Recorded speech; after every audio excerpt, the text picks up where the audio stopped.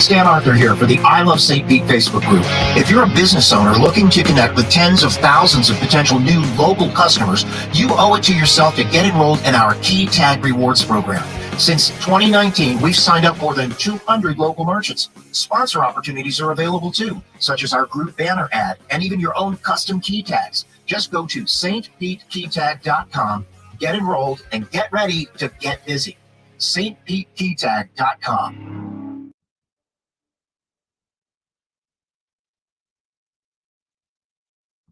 Hey everyone, I'm Reagan Weiss along with Joey Deeb, co-founders of The Hub. I'd just like to start off by prefacing this by saying it's not just us. It's all of our core members of this group that made this. We have a lot of people that have worked hard, put their blood, sweat, and tears into this. Can't mention all of them because there's so many, but we love you all. Yeah, I can't thank you enough for every single one of you, and you know who you are, to be involved with this. And a lot of people are asking, why? Why The Hub? Let me tell you why The Hub. The Hub is a place that not just business owners are going to collaborate. It's where our community members are going to collaborate, where ideas are bounced off of one another. We just want to help people. We want to be there. We want to unify not just our businesses, but we want to unify our community. We don't want to hear about the negativity. We don't want to hear. There are so many other places out there that you could hear about the negativity in our community, and this will not be the place. Our group can be a basis for so many different resources for so many different trades and industries. It's not just isolated to one specific trade or construction or cleaning or any of that. Everybody can come to the Hub to get actual references from real people using these business and utilizing them to see what kind of experiences they've had. Now, the key word is collaboration, right? And you see that a lot lately, like collaboration. Well, it really is about collaboration. If I didn't know to collaborate with my friends behind the camera, Jordan Long, if I didn't know how to collaborate with all these other people, all these individuals involved, you wouldn't know about us because of those people. Strength are in numbers. So just like Joey said, it's every industry. We want to hear from how your experiences were with your restaurants. We want to hear your cleaning people, your contractors, your roofing companies. I mean, every industry out there, your masseuses, your salon. We want to hear real experiences from real people. And one more thing, very, very important, we're not going to allow networking. When we say networking, I just want to be very specific on this. And people say, oh, well, you're kind of pushing people away. No, we're not, because there are specific network groups that post and tag people without ever utilizing their business. And we don't want that. We want real experiences. You're not forced to recommend somebody simply because you're in the same group. Right.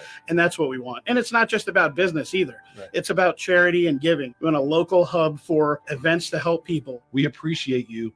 We love you. We thank you. Look for Hub ads on the radio. Look for the Hub bus on the Pasco County Public Transportation System. Look in Facebook and please share this, and let's grow this positive thinking, forward momentum community.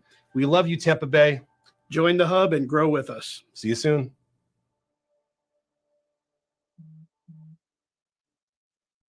BetUS.com.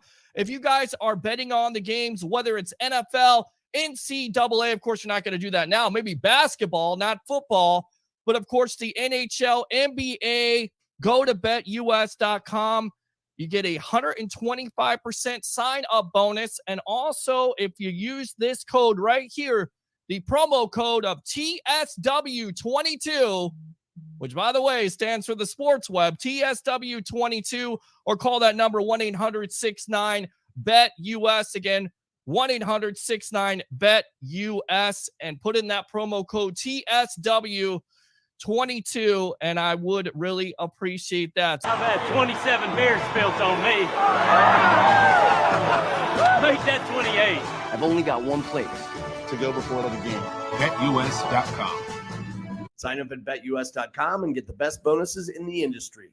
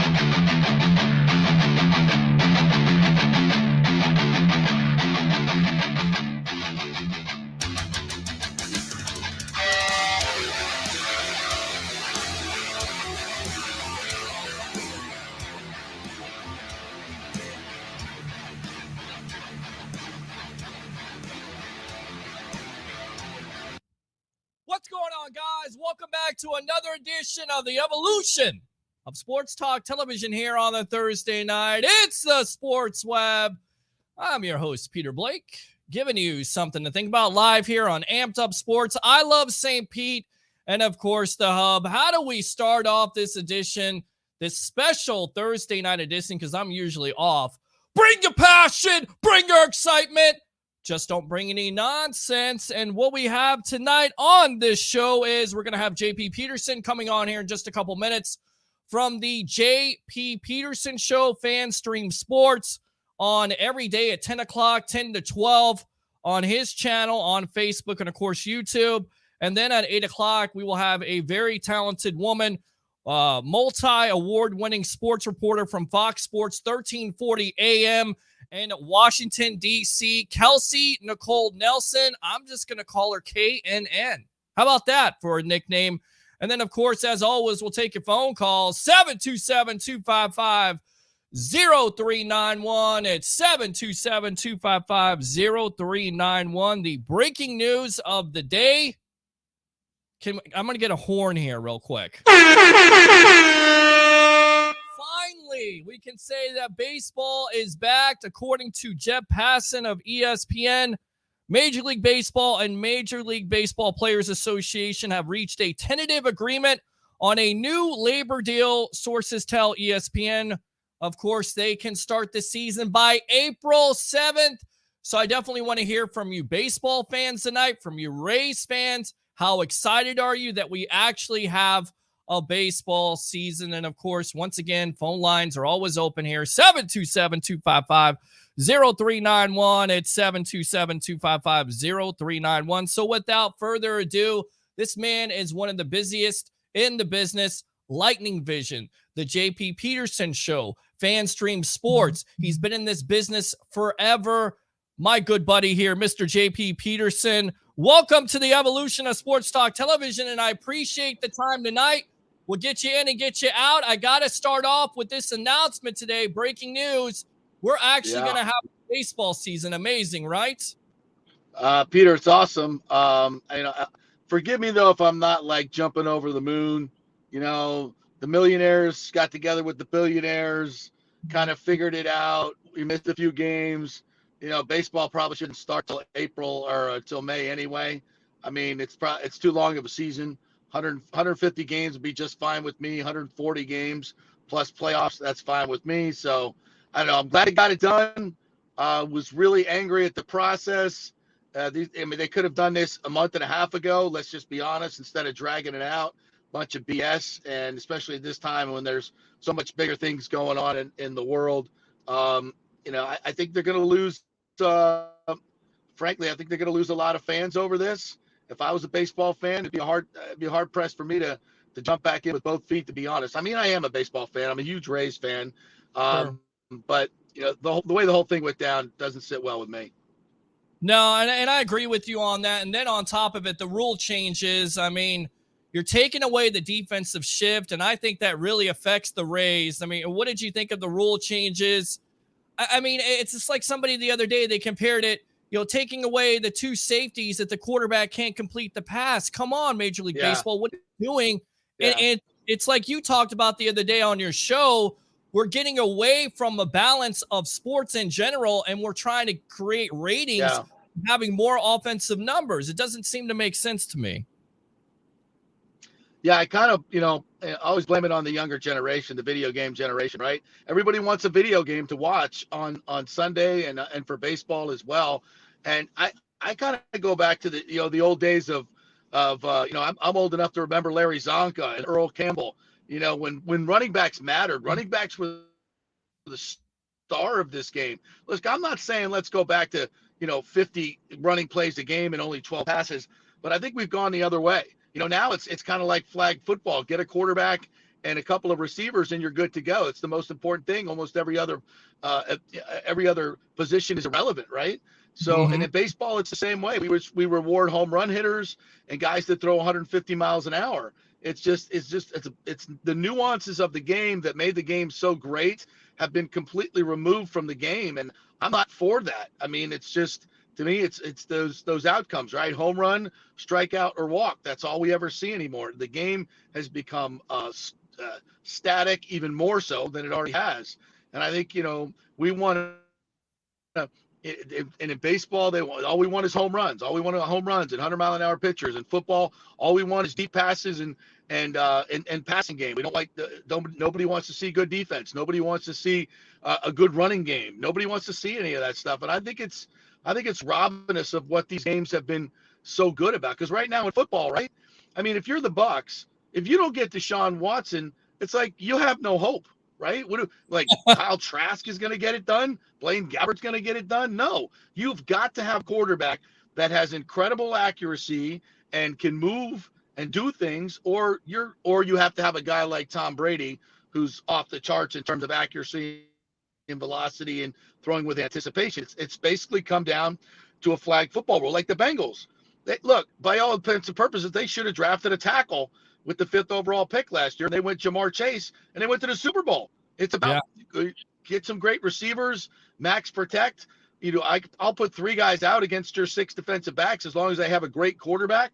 And now it's all what it's about. You have the haves and the have-nots. You either have a great quarterback and you're in the mix, or you don't, and see you later. You got no shot. Yeah, you got no shot. And staying with the Bucs and the quarterback situation, the more I hear BA talk about this, the more I'm starting to buy into the fact they're going to go with Blaine Gabbert and they're going to go with Kyle Trask. And I'll tell you why, because you look at BA's background as a quarterback whisperer. He's worked with quarterbacks before, younger guys like a Peyton Manning, a Big Ben, and Andrew Luck. And he drafted Trask in the 2nd round. And look, everybody says he's not ready, but you hear BA talk at the combine. There's a reason why we drafted this kid. So who's to say they're not going to go with Gabbert and Trask and basically treat Brady like, look, he is retired. He's not coming back. Well, I still think they think that Brady wants to come back and play or will. And if you think there's a 25% chance, if you think there's a 30% chance, that's what you do. That's what you do. And plus you have to also, and I think very much they were in on Russell Wilson, but they weren't willing to pay or weren't able to pay as much as the Broncos could, because the 9th pick is a hell of a lot better than 27th pick. It's a big difference. So whatever it was, but I know they were in on Russell Wilson. I know they would have liked to see what it takes to get Aaron Rodgers. I think, these are and Deshaun Watson, those are probably the 3 guys that they think can elevate them into that echelon of top 5 to top 10 quarterbacks that gets it done. And other than that, you might as well go with Trask and see what he is. I mean, we don't know what he is. Is there a chance that he's a top 10 quarterback in his league?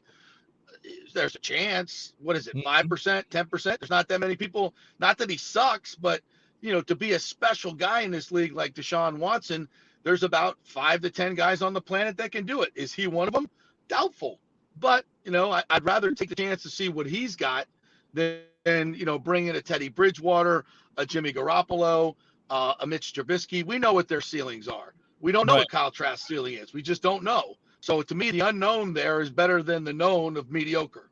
Does that make sense? Absolutely makes sense. We're on with JP Peterson, Lightning Vision, the JP Peterson Show, fan stream sports here on the evolution of sports talk television. It's the Sports Web. I'm your host, Peter Blake, giving you something to think about. And everybody's looking at that Watson situation tomorrow. Former Buccaneer quarterback Sean King says if it all gets cleared up, which is a big if with all the allegations and criminal complaints, that the Steelers would be in on it. I'm not sure the Bucs are going to be in on it. I get it. He's talented, but the legal stuff off the field, the organization would have to sign off on it. And then you're talking about multiple 1st-round picks, 2nd-round picks, and possible players like Devin White. I'm just not sure if the Bucs are in that possibility or in that situation right now where they can give up multiple picks and multiple players for a Watson, even though he's highly talented.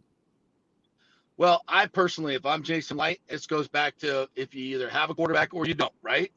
And Deshaun Watson's one of those quarterbacks. And yes, do I believe the organization will sign off on it? He signed off on Antonio Brown, and I know it's not 22 counts, but he's had plenty of transgressions in accusations of assaulting women and men. So they signed off on him. They've signed off on some other questionable characters. And here's the thing. this legal situation with Deshawn Watson is so murky. Right now, I know there's a lot of smoke here. There's no doubt about it. But there's also a lot of questionable things. 22 women just suddenly all come forward at once. The lawyer that represents them is a neighbor of the McNairs who own the team. I'm not saying, I know of any impropriety there, but there's a little bit of something doesn't smell right. And also the whole fact that we've known Deshaun Watson and his character since he was a youngster at Clemson, and we've never heard anything like this. I mean, anything like this, right? So there's a lot of question marks. So if the grand jury comes out tomorrow or whatever the legal process is and says, look, we haven't found any credible evidence of criminal wrongdoing, then the entire narrative changes, right? Then it becomes, oh, these are just civil suits, and are these people all seeking money and trying to put pressure on them collectively with one attorney? I mean, there's a lot of question marks about this, and I don't want to diminish in any way these women's claims about, because I haven't read the criminal complaints, I haven't read any of that stuff, but that's for the grand jury to decide anyway. And if they come back and say, hey, look, there's nothing here, then the whole narrative changes. Then it's like, okay, open season, who's going to get him? And do the Bucks have enough ammunition? Is this a place where he wants to come play? Are there, it seems like everybody's running out the door now. No Ali Marpet. Looks like Fournette's gone. Probably not going to get CD3 back. He's going to be out on the open market. Ryan Jensen reportedly is signing with the Bengals. So would he even want to come here now?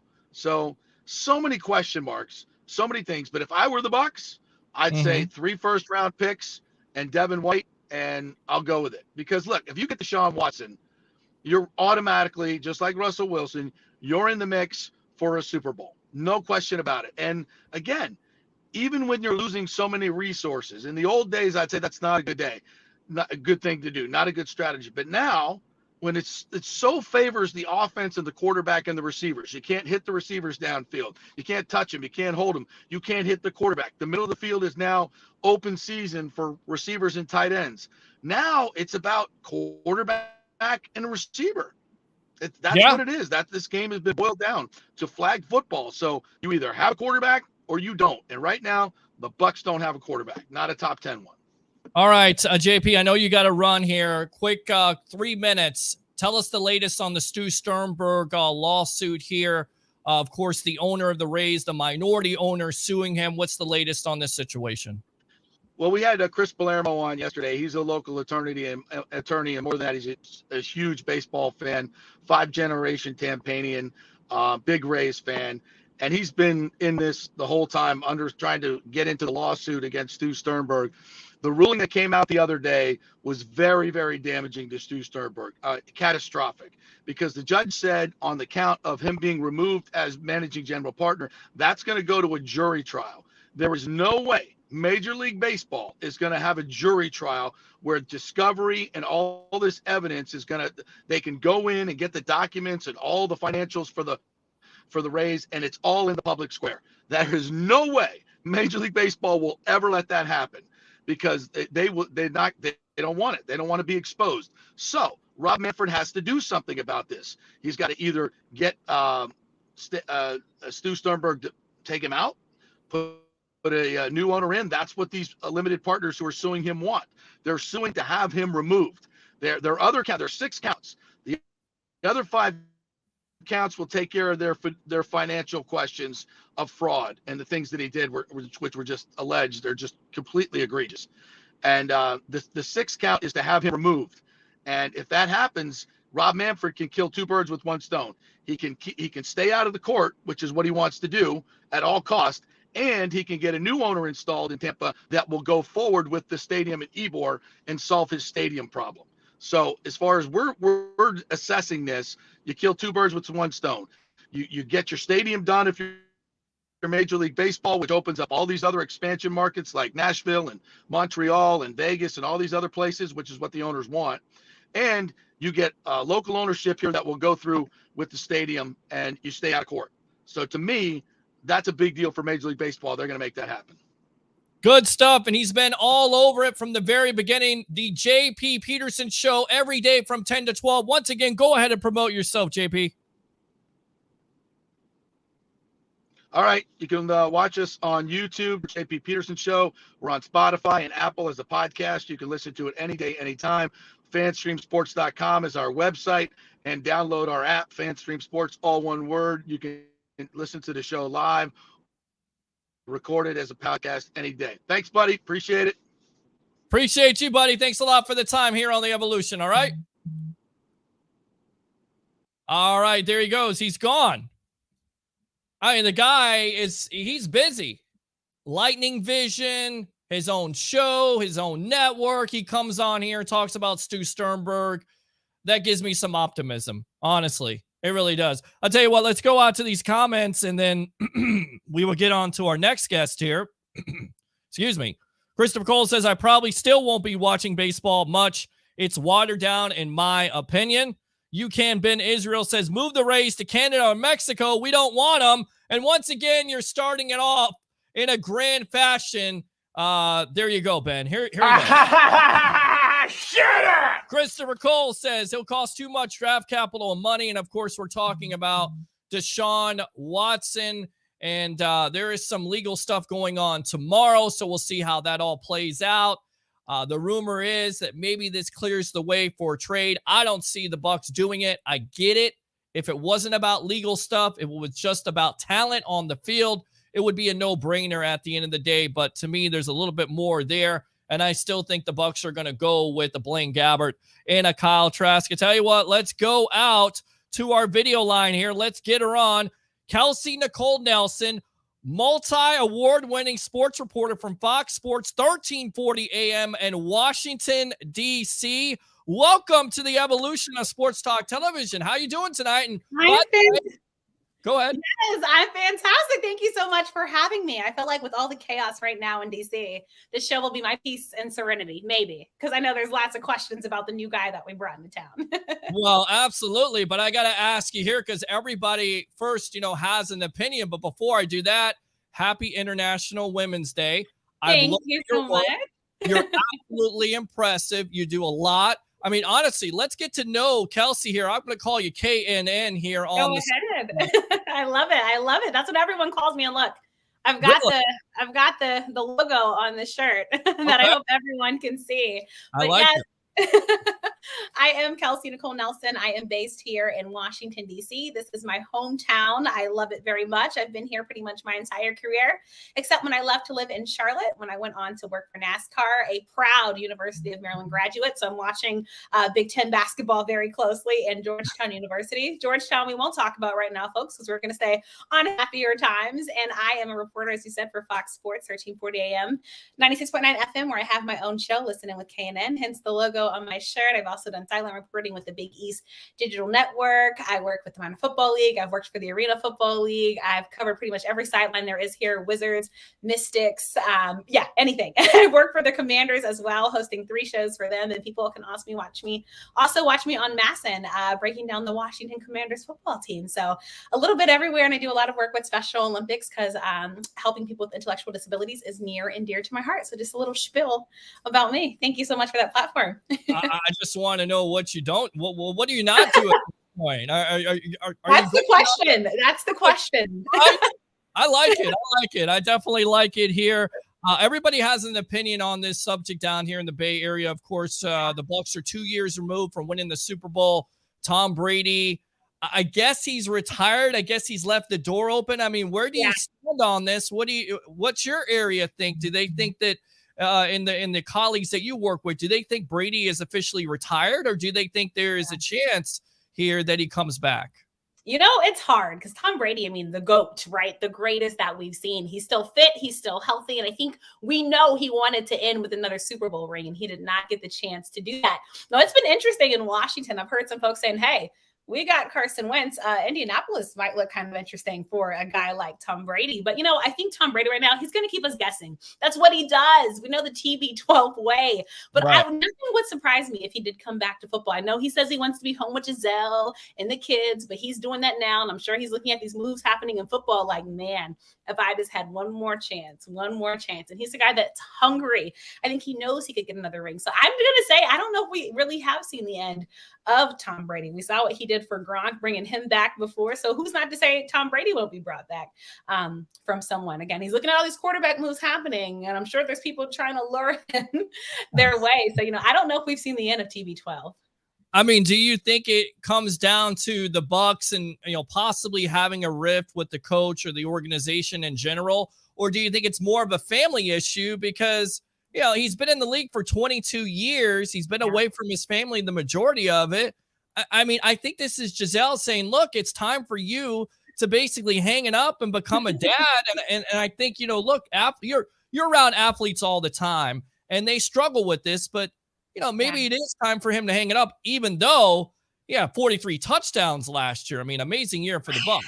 Yeah, I mean, Tom Brady going out in Tom Brady style. But as you said, I think Gisele is like, look, babe, you've done a lot for the football world. You promised me you'd spend more time with the kids and family. We're only getting older. Our kids are only getting older. So I do think it's a lot of the home life. But also I think Tom Brady knows that he set out and accomplished everything that he wanted to do. He had been an underdog his entire life.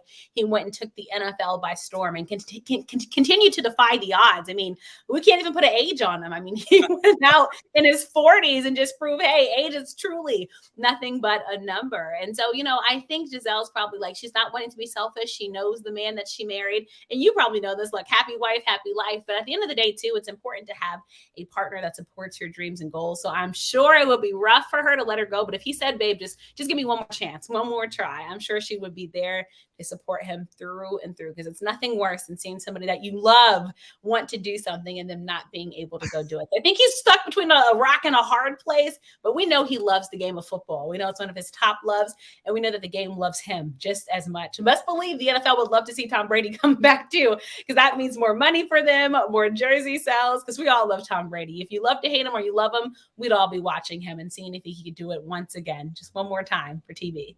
Yeah, just one more time. We're on with Kelsey Nicole Nelson of Fox Sports 1340 AM out of Washington, D.C. Does multiple things here on the Sports Web. I'm your host, Peter Blake, giving you something to think about.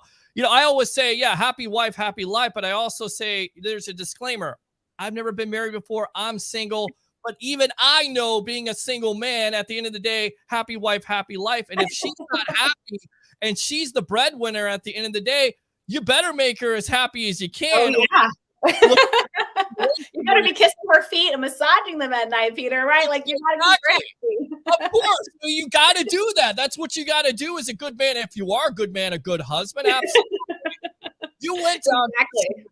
You went down to the Super Bowl. How was it for you? What was that experience like? Oh my gosh. Super Bowl is just so much fun. I mean, just imagine all your favorite celebrities and athletes in one place. And oh, by the way, we're also in LA, where it was in the 80s, folks, for the week. So coming from cold DC, that was amazing. Radio Row was great. Of course, we had COVID protocols, but just being back around people, I think, was fantastic. And then, of course, we had a pretty good game. I know people hated the slow start, but it turned around. And I'll tell you, for me, it was so fun, especially meeting so many Cincinnati Bengals fans that made the trip. I tell everybody, I woke up in my hotel room to each morning balconies having Cincinnati Bengals flags hanging down from them and hearing Houday chants, like 7 a.m. Pacific time on the East Coast, just hearing Houday, Houday. Like, I mean, it was a lot of fun. The stadium, SoFi too, beautiful. If you have not had a chance to go out there yet, please put a game on your schedule. But it was so much fun. And I encourage everybody, go experience the NFL fan experience, get your Super Bowl merch. There's nothing like it. And so hopefully next year, looking forward to seeing everyone in Arizona. Yeah, no, absolutely. And I'll tell you right now, the game itself was great. Of course, there were some questionable calls. Did you like the result? And did you agree with the refs and how they made the call in the last 2 minutes? To me, is a little bit questionable, especially with the refs all game long, not really making those crucial calls like they did during the season. And then all of a sudden, here you go with pass interference, giving the Rams extra opportunities. And then, after that, it was basically academic for the Rams winning that game. Yeah, look, we know home field advantage plays a role. And I mean, yes, there's always going to be that question about it. But, I think the biggest thing for the NFL, of course, is protecting the integrity of the game. But I also think part of the game is as going, my, oh my, to some of these calls that the refs make, is because, like, we hate them, but you hate them when it's not for your team for the most part. And, of course, you'll love them when they are for your team. So I think it's hard. And this is what happens when you have humans judging games, right? You do have to account for human error, which I do think we see happen. I'll tell you, you, I mean, in LA, and I think we're still searching for Rams fans. We still didn't even see them much at the parade. I think many people would have loved for the Bengals to win. But, I mean, at the end of the day, you could go back to those couple of last minutes. But at the end of the day, you had the whole game, right? You had 15 minutes each quarter. You knew the job that you had to do, right? And you had to get it done.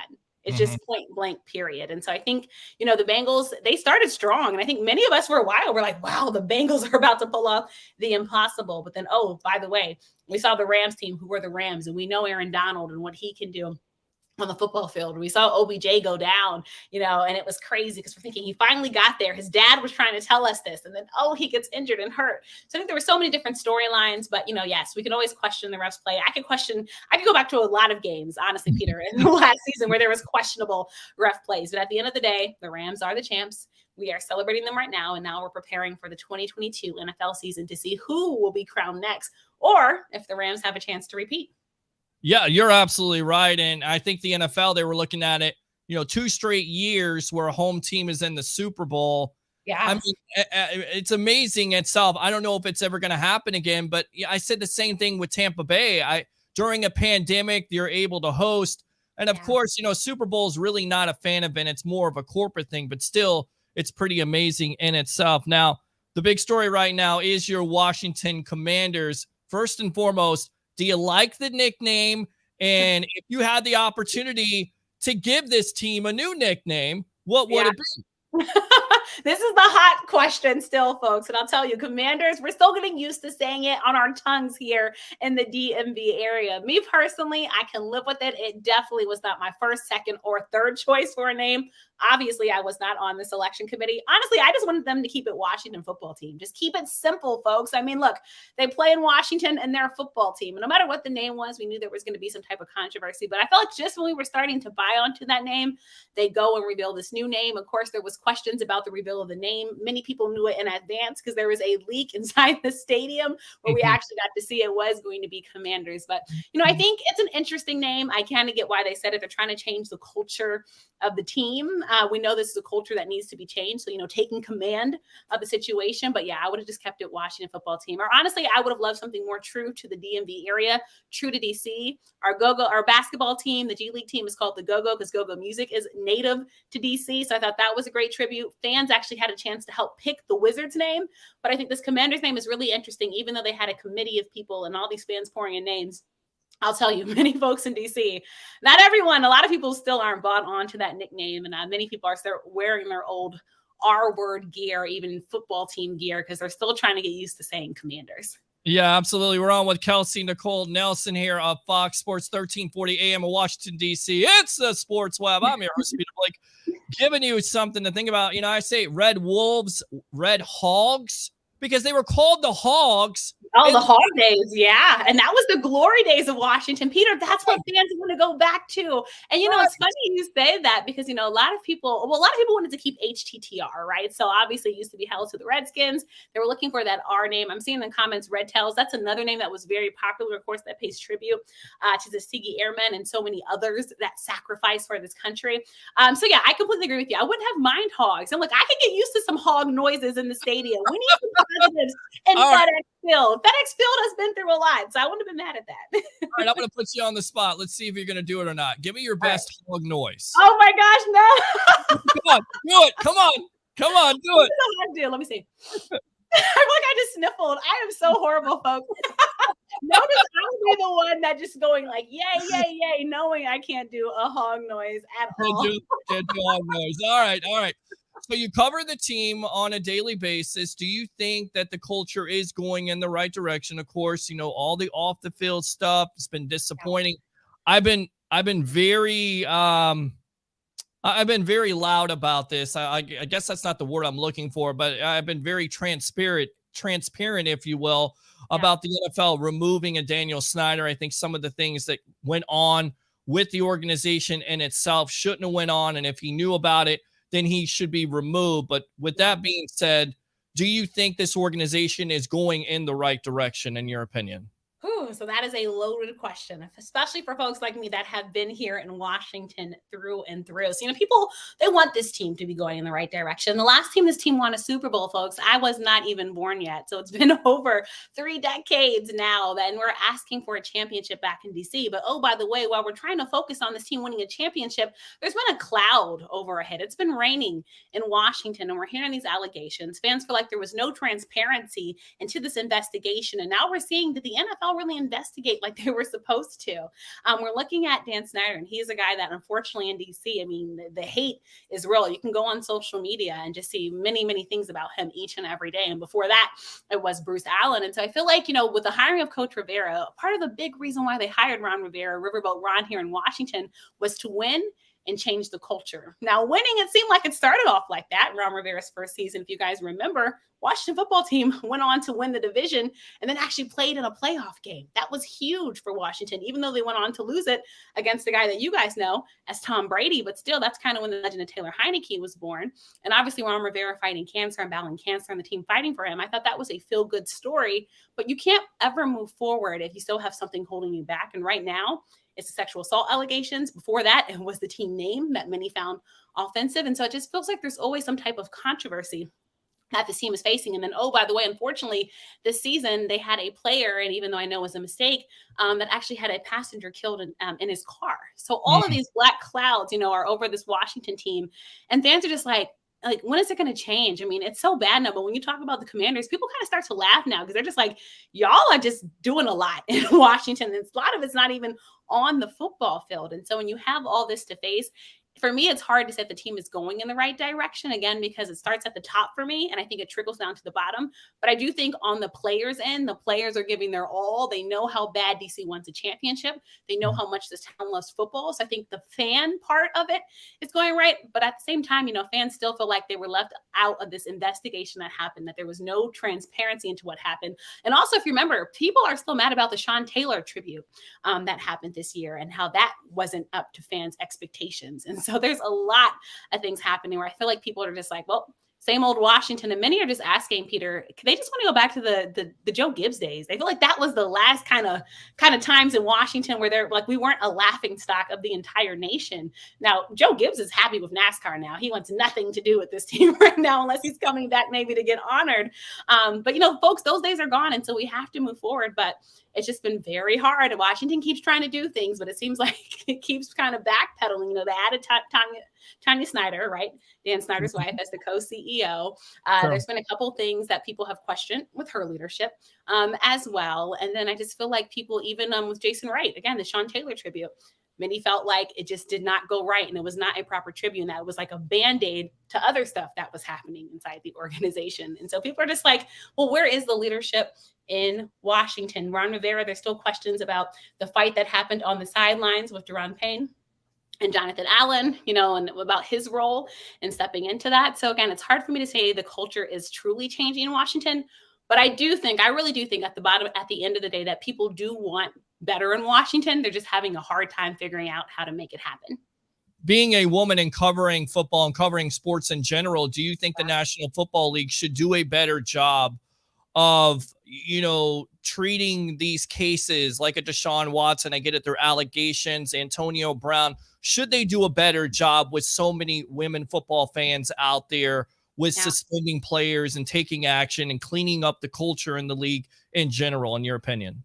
Oh, I think they have to. Let's remember, though, the NFL is increasingly becoming more female fans. Right now, it's at 51%. And at the end of the day, this is a league that prides itself on integrity. Integrity is more than just a player gambling on a game, folks. Integrity is in each and every action that you do. This is the same league that it's praising all these new changes with women. Washington Commanders being one that have Jennifer King being the first African-American female full-time coach in the National Football League. But at the same time, it's like you can have all these wins, but we're still remembering our losses. And if women aren't feeling like they're respected and the players aren't respecting women, how can you truly be a league that moves forward? Social change, world change happens with all of us doing the right thing. We all remember the situation with Ray Rice. And I thought that was a big turning point in the NFL where they're saying, look, we are not going to allow this. And the punishment on Ray Rice was tough and strong. And still to this day, Ray Rice is going around making tours about what he did and how it was wrong. Still to this day, folks,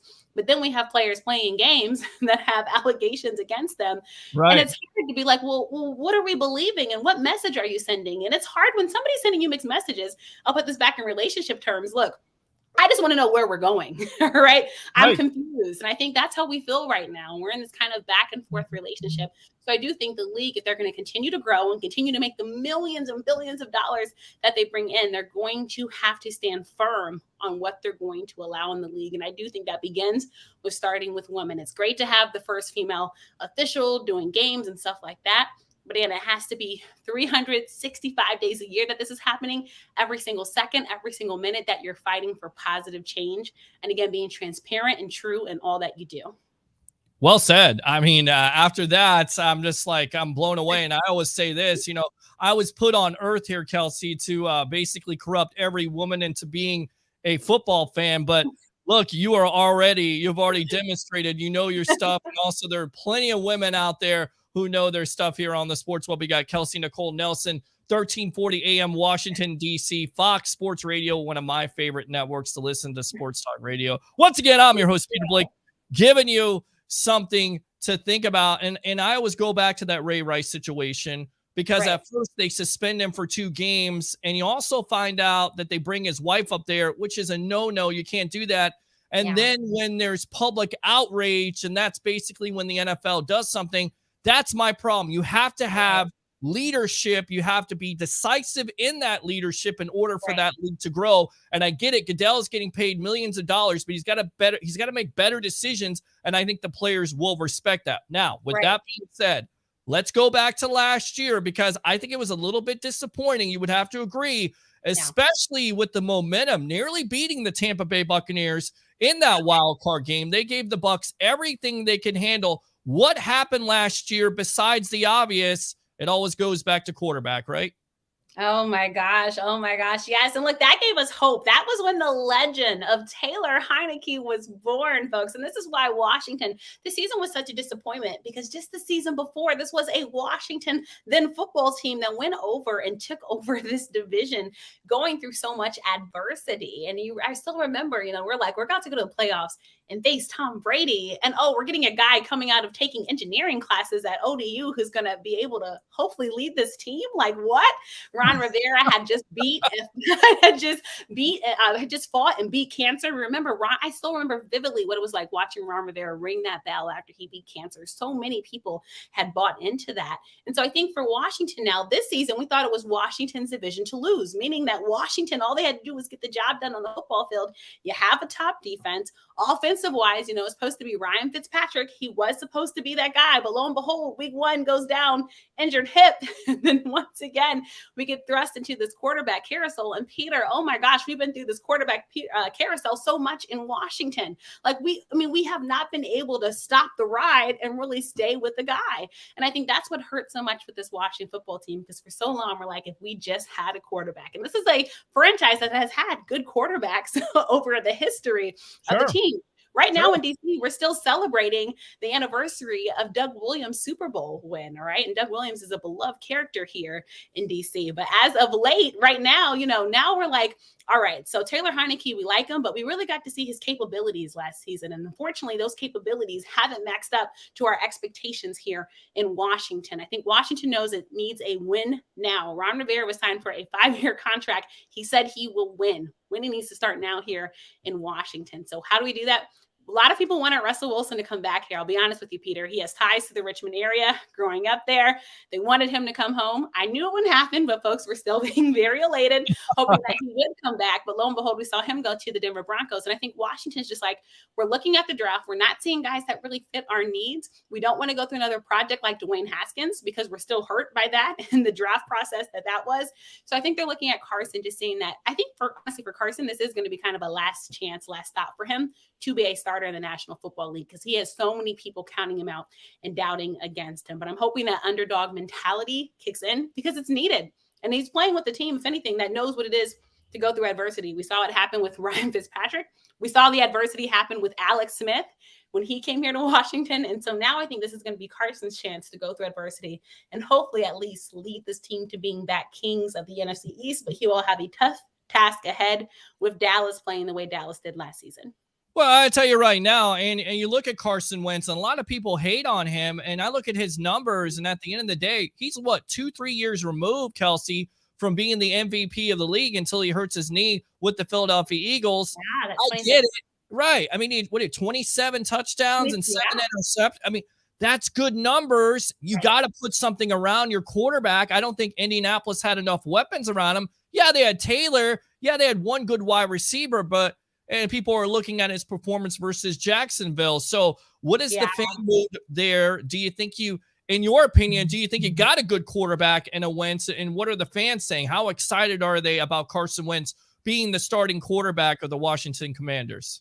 I think Washington got what they could. Again, they went out and tried to throw a bone to Russell Wilson, and he just wasn't barking back. He wasn't coming. So they threw that bone back out there to see what they could get. And right now, even though the quarterback free agency market looks good, they had to get a guy that could compete right now and that would fit into Washington's fold. So right now, I think Washington got the best of what they could get. Are folks happy about it? It's 50-50 here in DC, all right? Some folks are just mad. Like, they're like, what in the world are we doing? I heard this huge more of the same football in Washington. But on the other end, folks are like, all right, Kelsey, look, we can work with what we have. We had Taylor Heineke. He's still learning about being an NFL quarterback. At least Carson knows the game. We know when Carson is good, he can be really good. And like you said, many people are pointing to that Jacksonville game. That was a tough game because literally the Colts were the team that controlled their own destiny. All they had to do was win, and they fell short. But I think, Carson Wentz, not only was the team on Hard Knocks, he's going through hard knocks in life. And I think this is going to be a chance for him to kind of rebuild and prove himself. I will tell you, he will have to prove himself to the fans here. Washington is not the easiest place to play, all right? Fans will let you know when you are doing good and when you are doing bad. But I think, right now, I personally do like it because I did not want to get a quarterback through the draft. You don't know how that's going to fare. Not everyone's going to be a Joe Burrow and just come out and start balling. Sure. And in the NFC East, you're looking at Philadelphia, who was able to get to the playoffs with Jalen Hurts. You're looking at Dallas with Dak Prescott. So Washington, they're looking from the bottom right now, looking up, saying, how do we get back up there? And I think for Carson Wentz, this could be a good fold. You talk about having weapons. Who wouldn't want Terry McLaurin to throw to? Like, come on, folks. I'm serious. Why have they not extended him yet? He has been one of the most consistent wide receivers for this team, and that's what you're hearing. They're going to extend him eventually. And even with playing with some of the quarterbacks, he's still been, pretty productive. So what's the stall? What's the holdup here, Kelsey? Peter, this is what we all want to know. Like you said, he's been through quarterbacks that maybe haven't been the best on paper and really haven't been the best on paper and has still found a way to produce. And honestly, Terry McLaurin, Scary Terry, Captain Terry, as we like to call him in DC, he's actually very underrated. Not enough folks are talking about him on the national scheme of things, but we know he's a game changer and he can be very special. Cam Sims we're talking about in Washington as we think about, who's going to be part of these pieces. People forget Logan Thomas and that season he had before he was injured and him coming back. So again, the weapons are here, but I do think it starts and begins with Terry. Every team wants a wide receiver one, right? That wide receiver that you can go to. This is the only reason why some people would even still take a chance on Antonio Brown. Forget his antics. Some people just need a guy that can catch the ball. But, Antonio Brown's biggest problem, unfortunately, has been himself. We just got to be honest. But Terry McLaurin never gets in trouble, Peter. A guy that will go, he catches contested plays and balls like it's nothing. It's incredible what he does. And I'd say, also just humble on the football field. So I think, Washington also had to get a quarterback that would keep him happy. You have to keep him happy because of his production. And we know how great he can be if you get him a great quarterback. Because remember, Washington's offense, remember how dynamic our running backs have had to be in Washington as pass catchers to keep this offense going. So we want Terry to just be the guy that we know he can be. And we really want an offense that can get down the football field so our defense can actually rest, right, and play the best game of football that they can.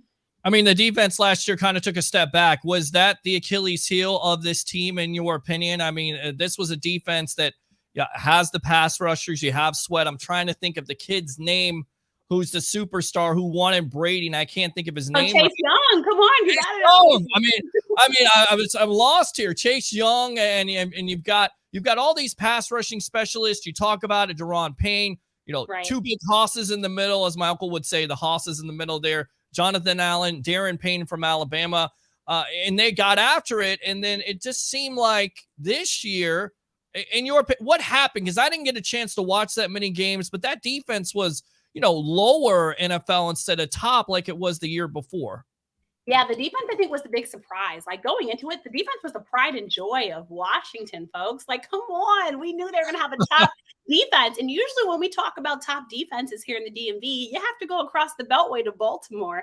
Baltimore's defense, though, was ate up, by the way, this season with injuries. But Washington's team, I think it just hurt. And Chase Young going down, obviously, to make things better.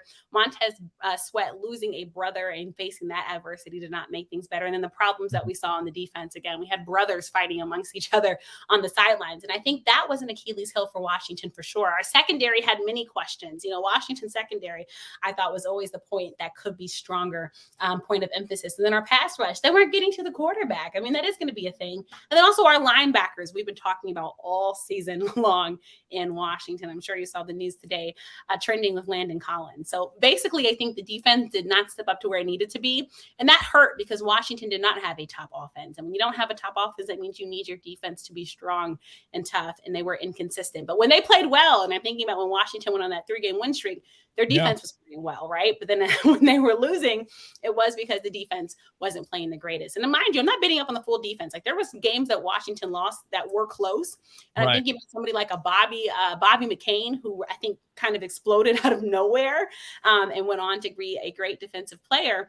But again, Washington they basically, things weren't aligning for them, right? Things weren't meeting up for them. And it was very unfortunate. But I do think that defense is something that we were all looking at, just saying what's on paper is not what we're seeing. And that was a huge problem. How much of a loss is Landon Collins? Because I'm kind of surprised by that. I mean, you signed him to a free agency deal, 6 years, $84 million in 2019. And then all of a sudden, I guess he's asked to take a pay cut. And he said this on Twitter. And we'll get back to that in a moment. But he comes on Twitter and says, there was nothing different. And then they get Carson Wentz, and now it's a big deal. So how much of a loss would Collins be to that secondary? And do you agree with players getting on social media and kind of, putting out that tea on their teams about, salary and stuff like that? Do you agree with that? Oh my gosh. Well, someone who studied sports law in college definitely know I was going to be an agent at one point. Come on, don't put it on the Twitterverse. Talk to your agent. Don't give that right. But, Landon Collins, there's mixed emotions about him here in Washington. I think he's another guy that we didn't think lived up to expectations. We did like when he was able to make that switch to the linebacker position, even though it was reluctant, but he went on and did it. And he kind of said it, though. He already took a pay cut before, and asking him to take a pay cut again after, of course, this new contract that the team has with Carson Wentz. I think he just said enough is enough. But, I think some fans are just saying, well, you know what? It is what it is. We know that the linebacker position is something that we've needed to shore up. And so this could be a chance to do it. I think of the defense. I think about somebody like a Cam Curl, and he's somebody that Washington fans love, and he's young and he's promising. But I think with Landon, people just thought he was overpaid and wasn't producing enough on the football field. So, I think it's tough. I think when he started to kind of hit the high, now we're here. But for any player out there, do not put it on the Twitterverse. Please talk to your agent. All right, protect yourself, because you never put yourself in a good light for anyone when you just go on and put your immediate emotions on Twitter. I'd say the same thing to Calvin Ridley as well. All right, not everything needs to be right on Twitter. You might want to talk to your people first. Calvin Ridley, by the way. $1,500, and a lot of people go, yeah, there's owners out there, there's coaches, the NFL is basically in bed with gambling, so why did they do that? And I say, look, the difference is, if you want the integrity to stay in the game, you have to do this, because if not, then basically it becomes professional wrestling. I love professional wrestling, but I don't want to see that in my competitive sports. Right. So what your thoughts about that whole situation? Really says, I don't have a gambling problem. Kelsey, he bet $1,500 on a Hard Rock app, and he cost himself $11 million. What the worst odds in history, right? Peter, come on. Like, I host a sports betting show for the Draft Network called The Money Down, and we aired live before every football Sunday. But you just got to know the rules, and there's no bending them. Like, come on, Calvin, it was not worth it. No one's saying you're having a problem, but you know what you can't do. It's blatant from the time you step into the National Football League that you can't bet. In college sports, it's the same thing. I work for Georgetown University's athletic athletic department. And when I was an employee there, I also could not participate in betting. I never took that chance because it was a rule. There was no bending it. There was no shaking it. And mind you, I wasn't as valuable to the Georgetown team as the players were, but I knew what I couldn't do. So Calvin, it sucks because you're so talented, but you made a bad decision and they have consequences. And as you said, the game is reliant upon its integrity. The reason why we love football is because we don't know what's going to happen, but that we trust that the game is working, that it's being officiated right, that everybody's following and obeying the rules. And so when you have anybody break that and start to question it, then that's when your game is broken, because that's when people start to drift away saying, you know what, I don't know if I can trust it. Again, putting it in relationship terms. Once somebody loses your trust, it's hard to get it back. And that's exactly what Calvin really did. Thank you. And I do the same thing when I talk sports on this show. I always relate it to relationships, and you can do that. I mean, it's simplistic. It's absolutely simplistic. That's what the NFL is all about. I mean, you look at Brady going from New England to Tampa Bay. Why? Well, because they took him for granted. Bill Belichick took him for granted all those years, taking less money so his team could be a playoff contender. And all he's asking for is, a little attention, if you will. Wine me and dine me. And as soon as Tampa Bay did that, they rolled out the red carpet. Yeah, you can have Gronk. Yeah, you can have Fournette.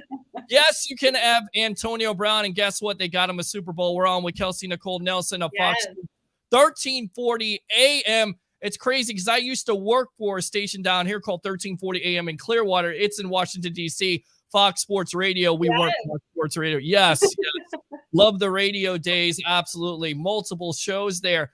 Speaking of Antonio Brown, this situation is completely out of control when he quit on this team. I mean, you've never seen that. And now you hear the rumors of, well, the Cowboys may be interested or the Baltimore Ravens. Honestly, I get it. Antonio Brown is great for sports radio, but do you think there's going to be lots of storylines? I mean, because you not only hear this, but the next rumor, and we can get to this in a moment, is him and Kanye West owning a team in the Denver Broncos. I mean, who doesn't want to see that disaster unfold? I think Byron Allen has the better chance than those two owning that team. I mean, you want to see a reality show. That's what you'd rather see, maybe a reality show with those guys.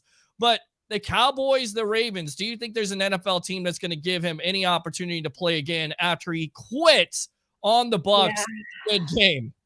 That was crazy. And I think all of us are still getting over just that whole saga that we saw Antonio Brown do. I know many in here are talking about it with Baltimore, of course, because his cousin Hollywood Brown, a.k.a. Marquise Brown, plays on the team. And Baltimore is in need of a quality top wide receiver. Get Mark Andrews some help, please. The man is having to do everything. But I think Antonio Brown's playing days, and at least in the National Football League, are over. He might be able to play in an alternative league.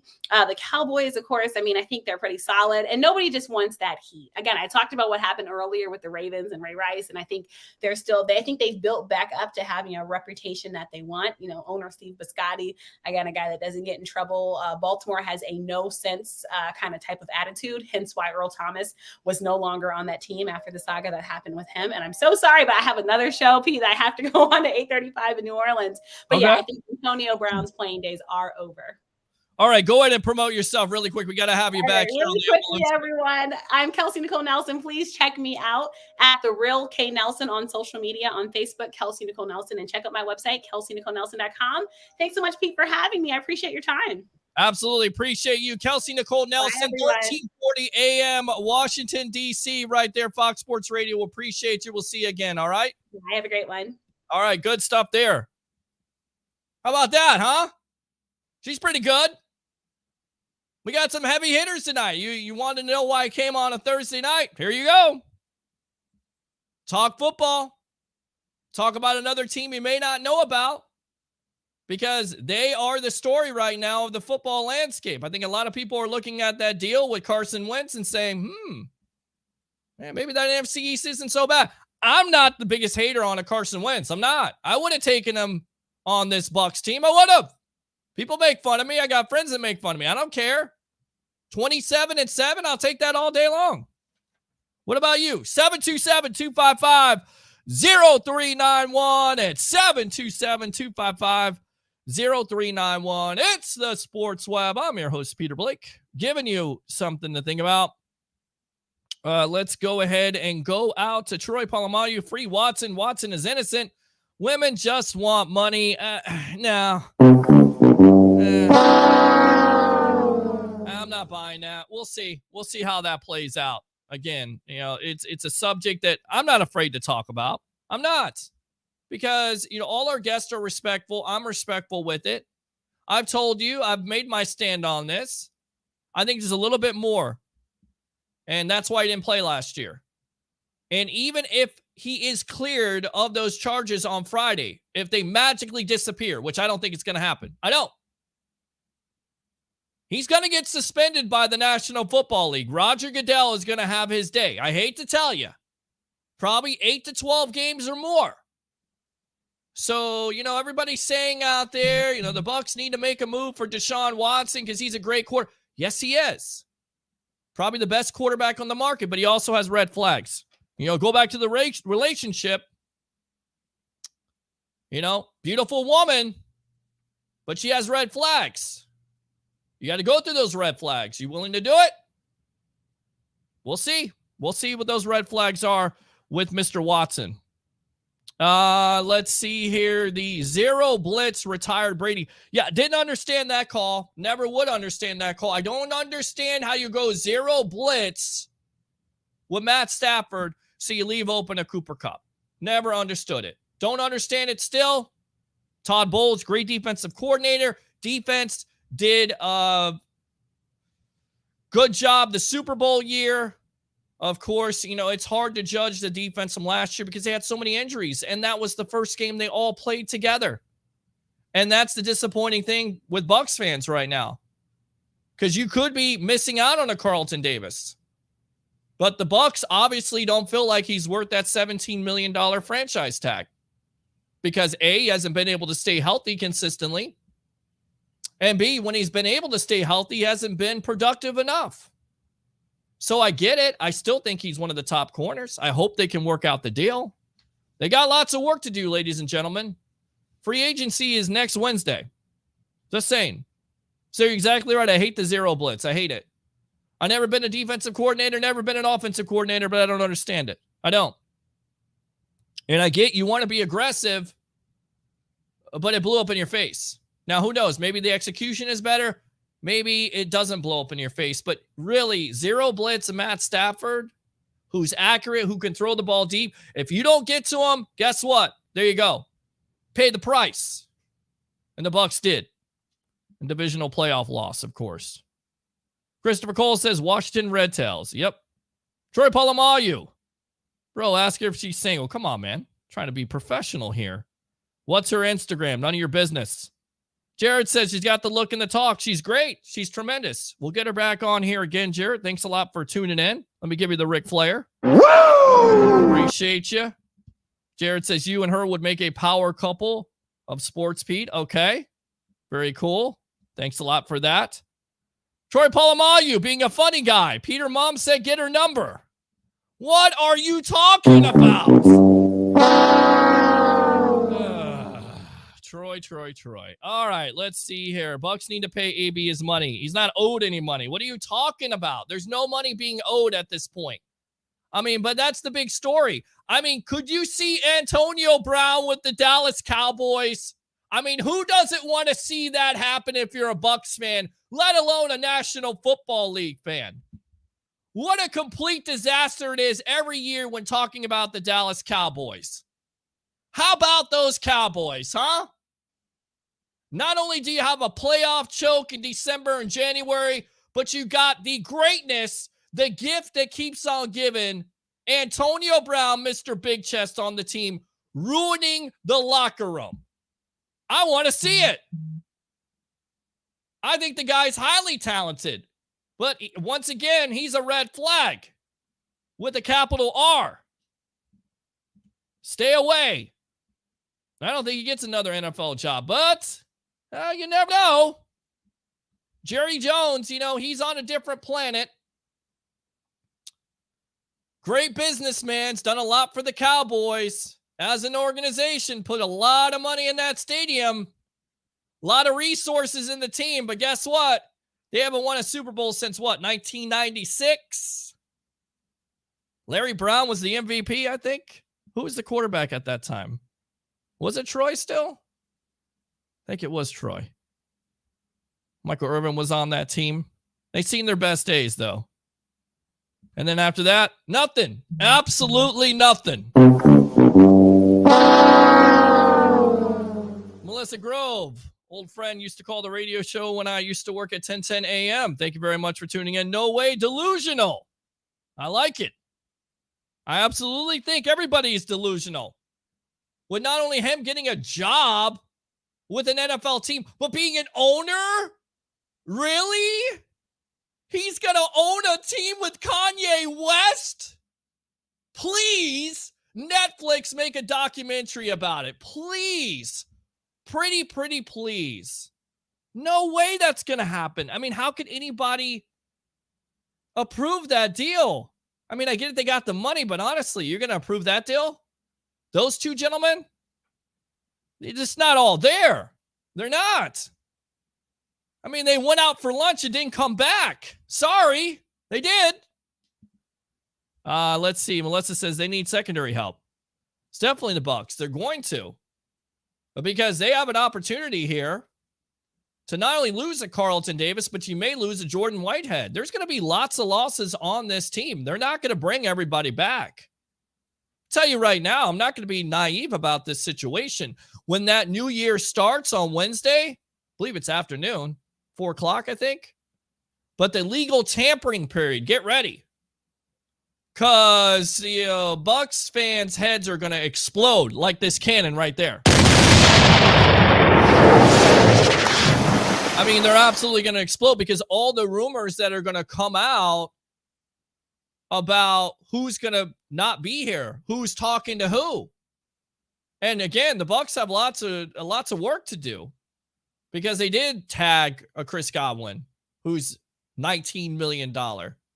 And of course, Mike Williams, the wide receiver for the Chargers, who, by the way, oh my God.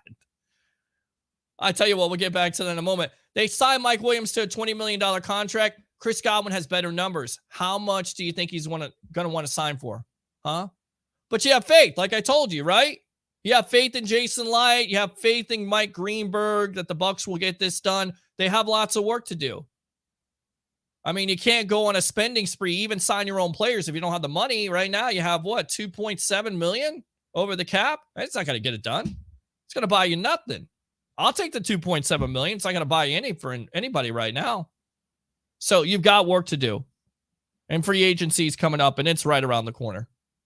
And we'll have it here live on the Sports Web, the evolution of sports talk television, live on I Love St. Pete, the hub, and Amped Up Sports. Do you like the March Madness updates? Our guys out there, Leo Haggerty, from a Coach Scout and now media member of Night Sports Productions at the SEC Conference Tournament in Amalie Arena. The Gators got eliminated today. Sorry. They most likely will make the tournament, but it's disappointing. You know why? Because it's in Tampa. You got all kinds of Gator fans out there who want to see this basketball team play. Pretty good. Lost a tough game today to Texas A&M, 83-80 in overtime. And then we got Will Lewis of out there at the Big East tournament at Madison Square Garden, giving us updates. So, let's see. She was hot, bro. She was. Very talented woman. Absolutely. We talked about the secondary help. Let's go out to Gerald. What's up, Peter? What's going on? Yeah. So they're going to have lots of work to do at this point. They have lots of work to do. And there's going to be some losses. And we're going to see what the priority is for the Tampa Bay Buccaneers. It obviously isn't Carlton Davis. Of course, you would like to see them get a long-term deal done with the Chris Godwin. And I think he deserves it. I do. I went on this show. I get it. He's coming off an injury, torn ACL. There's a lot of doubt, but 98 catches, and he performs like a professional on and off the field. Amazing. Amazing concept. And I told Buccaneer fans this when I get on the show every time. Enjoy what you have. Not just the Tom Brady era, not just all winning the games. Enjoy having professionals as wide receivers, right? You don't have guys like Antonio Brown. Yeah, this team did, But Mike Evans is not like that. He doesn't have the red flags. Chris Godwin isn't like that. He doesn't have the red flags. That's the reason why you're going to pay him. That's the reason why you're going to pay him his market value at the end of the day. And it is a business. I know there's fans out there that are saying, you know what, Chris Godwin is greedy. I don't think he's greedy. I think he's trying to get paid. Because at the end of the day, if the Bucs don't franchise him, he'll get paid no matter what because he deserves it. There will be teams out there that will try to overpay for him because he's that talented, even with an injury. But he's integral to this offense, period. So you got to sign him. Let's see. KNN, thanks so much for having me. Enjoyed coming on. Absolutely. Loved having you on. Woo! We'll have you on again. Always welcome on the Sports Web. You don't necessarily just have to talk Washington football. We can. I'll talk Washington football with you. We'll make it a segment every week. We'll do it. Or we could talk around the NFL or talk baseball. You know, I'm hearing everybody's excited about baseball coming back, and this is what I hear right now. I mean, we're going to have Major League Baseball back, and I get it. The negotiations kind of drove some people through the wall. They're upset. Millionaires versus billionaires, or millionaires versus multimillionaires. But in the Bay Area, are you excited about seeing a 100-win team in the Tampa Bay Rays? Are you excited about having baseball back? Are you excited about the rule changes? Maybe not. I just leave the game alone. I don't know why you keep on changing it. And I get it. The ratings are going down, but Major League Baseball needs to do a better job of promoting their players. They need to do a better job of that. That's what they need to focus on instead of changing rules all the time. The rule that went by the wayside is, I guess now extra innings or after the 7th inning, you can't have runners on. So there's no more runners on there. Universal DH, which changes the game in general. Now, there's not going to be any more pitchers in the National League hitting. I know there's people who don't like that, but there is some type of strategy with the National League game. So that changes now, right? I mean, what do you think about it, guys? 727-255-0391 and 727-255-0391. We talked about Carson Wentz and Landon Collins. The big move of the day, as I mentioned this on the March Madness update, the LA Chargers traded for Khalil Mack. Yeah, that's right. The same player that garnered the Raiders 2 first-round picks. Well, the Bears got a 2nd and a 6th. Yeah, he's been off injured the last couple of years. I know this. Listening to my buddy Harry, the Greek professional handicapper extraordinaire, 1252 Chicago Sports. But he's still a talented pass rusher. Although the Chargers took on that salary. So that's good. They took on the 3 years, something along the lines of $60 million. So good for them. The Bears get draft capital, a 2nd and 6th, although you like to see the first-round pick. But the reason why you don't get the first-round pick is, again, Mack has been injured the last couple of years, and on top of it, the Chargers took on the full salary. So it does give you some relief, but that defense takes a hit, does it not, if you're a Chicago Bear fan?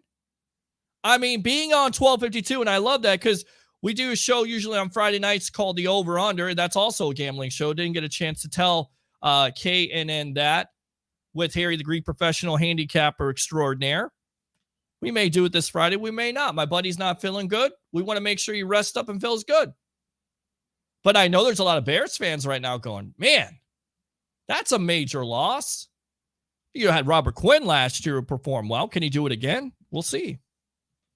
But losing a Khalil Mack and you pair him up with another bookend and Joey Bosa? What? That's the way you got to do it, though. You see? I mean, yeah, these teams can go after quarterbacks. You look at what Denver gave up to Seattle for Russell Wilson. Multiple picks, multiple players. And the reason why Denver does that is because they believe that now they're in the conversation as a Super Bowl contender. And they might be right. They do have some weapons there. You have a Jerry Jeudy. You do have a Cortland Sutton. You do have a Tim Patrick and a Williams at running back. And you do have a defense, and possibly maybe Von Miller comes back.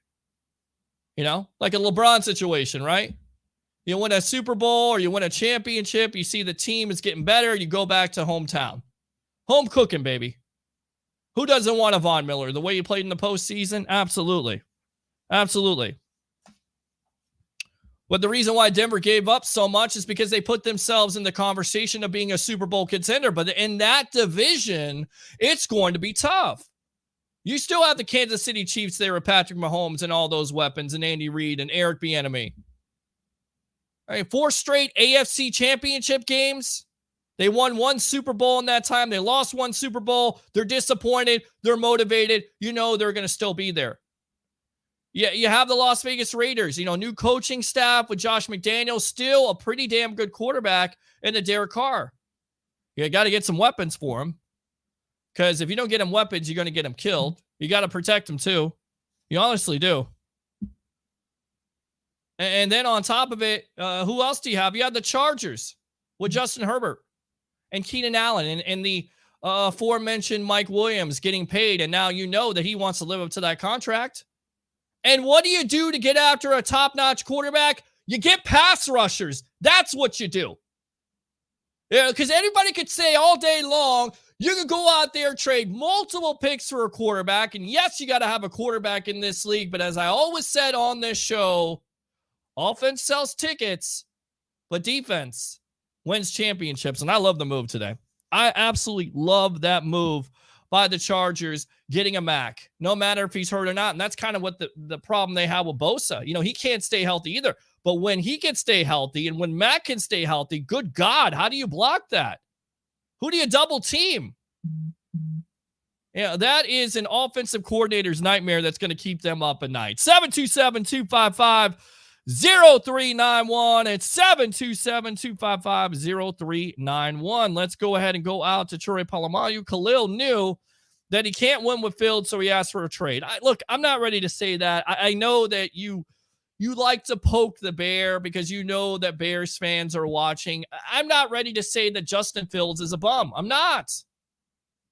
36 sacks from an offensive line, that's young, and that was injured last year. I'm ready to give him a chance. I want to see what he can do with the new coaching staff. A coaching staff that puts in a game plan for somebody, has them ready to play. It's called coaching. Coaching strengths and weaknesses. I don't know if I told you, but I'm watching Peacock, the streaming service, because I decided, I'm going to cut some bills down. What do you do in March? It's probably not the ideal situation to do. You cut your satellite out.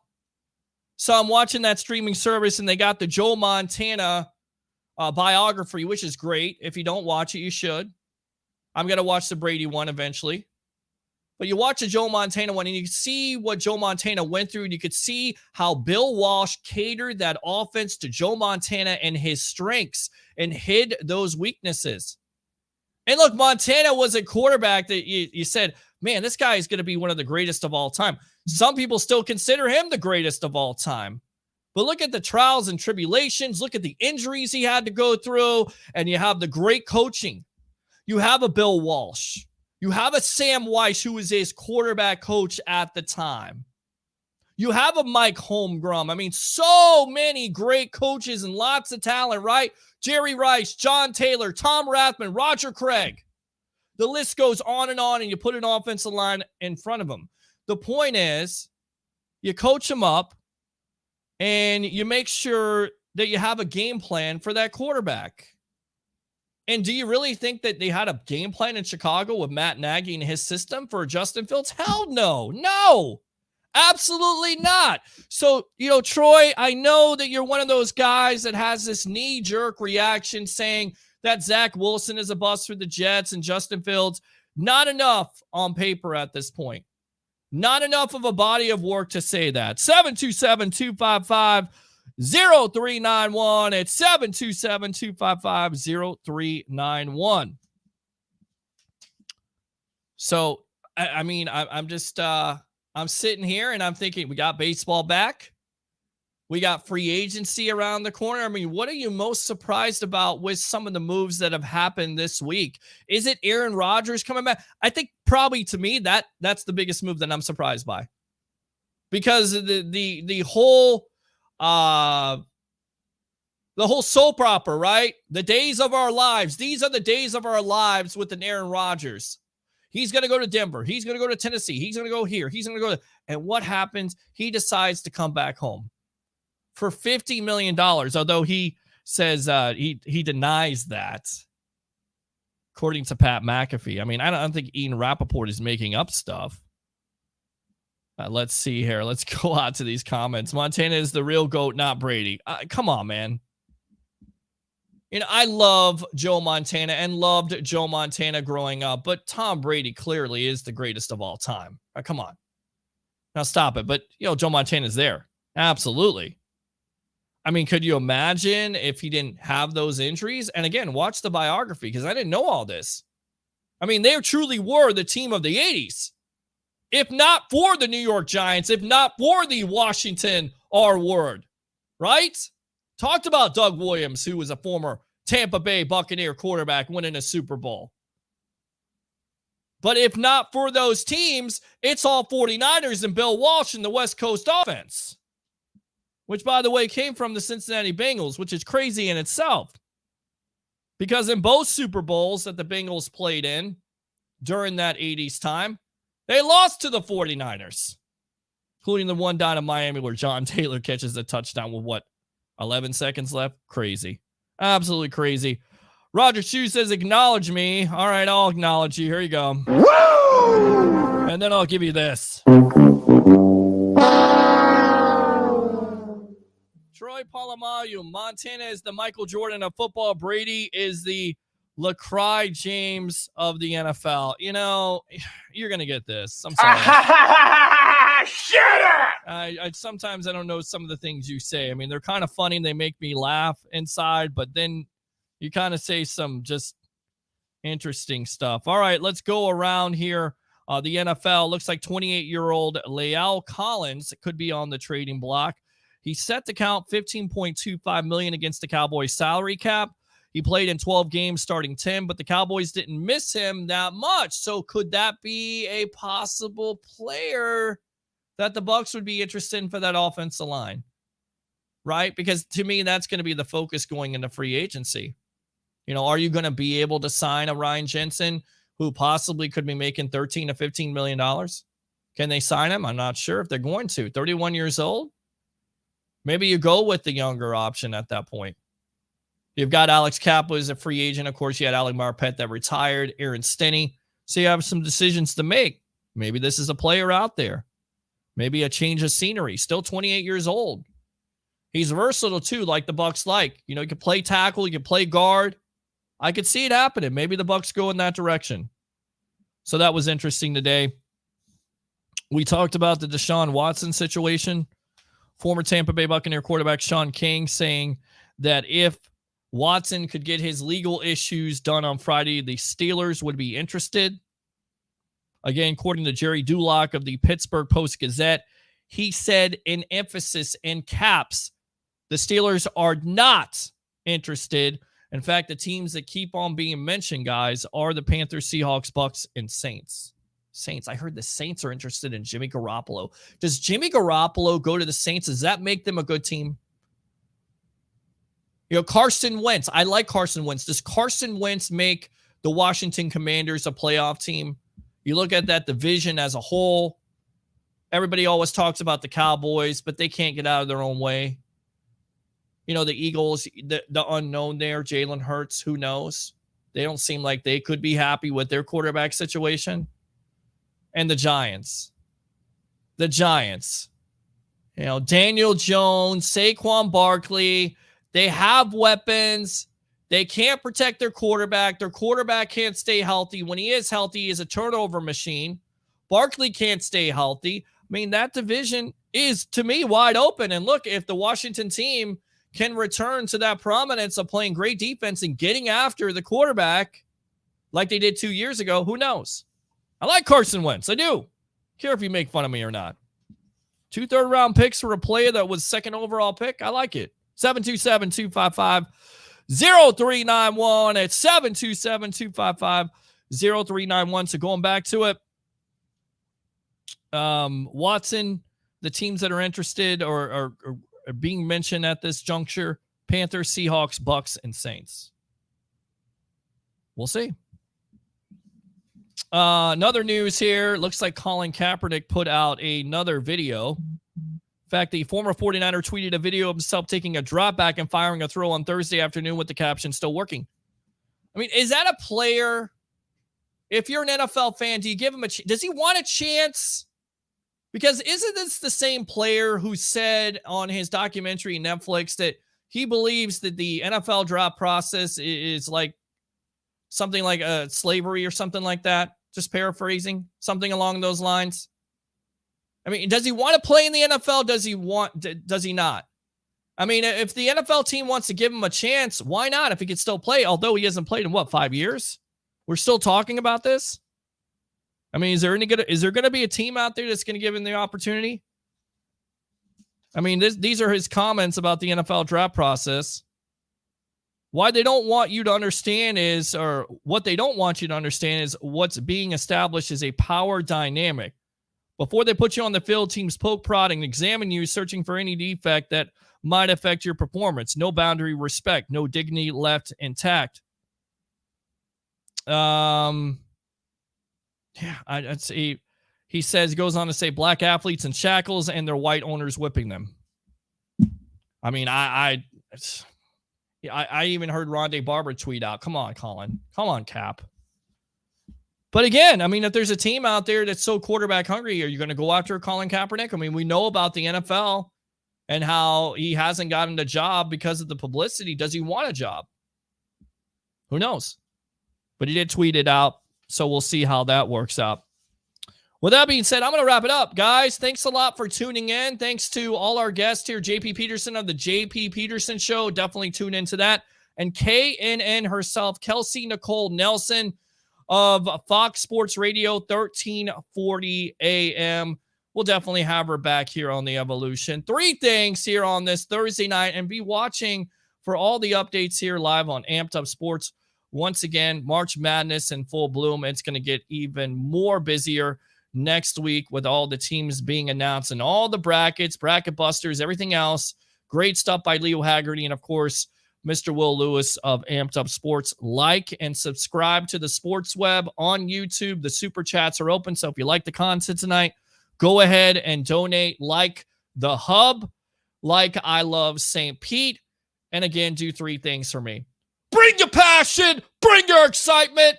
Just don't bring any nonsense. I'm your host, Peter Blake, your Rolex reporter. What time is it? It's my time, and it's your time. Have a great night.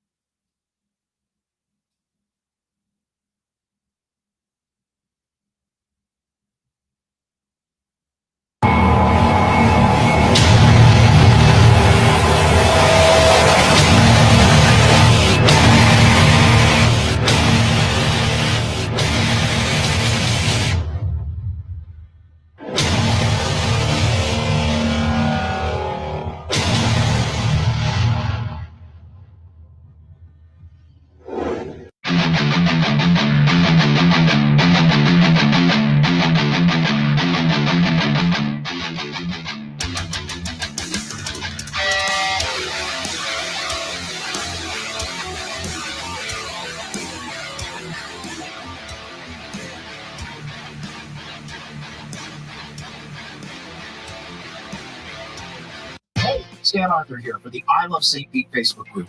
If you're a business owner looking to connect with tens of thousands of potential new local customers, you owe it to yourself to get enrolled in our Key Tag Rewards program. Since 2019, we've signed up more than 200 local merchants. Sponsor opportunities are available too, such as our group banner ad and even your own custom key tags. Just go to stpetekeytag.com, get enrolled, and get ready to get busy. stpetekeytag.com.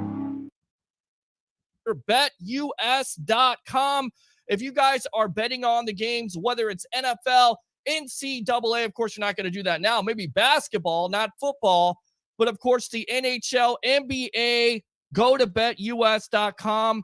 You get a 125% sign-up bonus. And also, if you use this code right here, the promo code of TSW22, which, by the way, stands for the Sports Web, TSW22, or call that number 1-800-69-BET-US. Again, 1-800-69-BET-US, and put in that promo code TSW22, and I would really appreciate that. I've had 27 beers spilt on me. Make that 28. I've only got one place To go before the game. BetUS.com. Sign up at betus.com and get the best bonuses in the industry.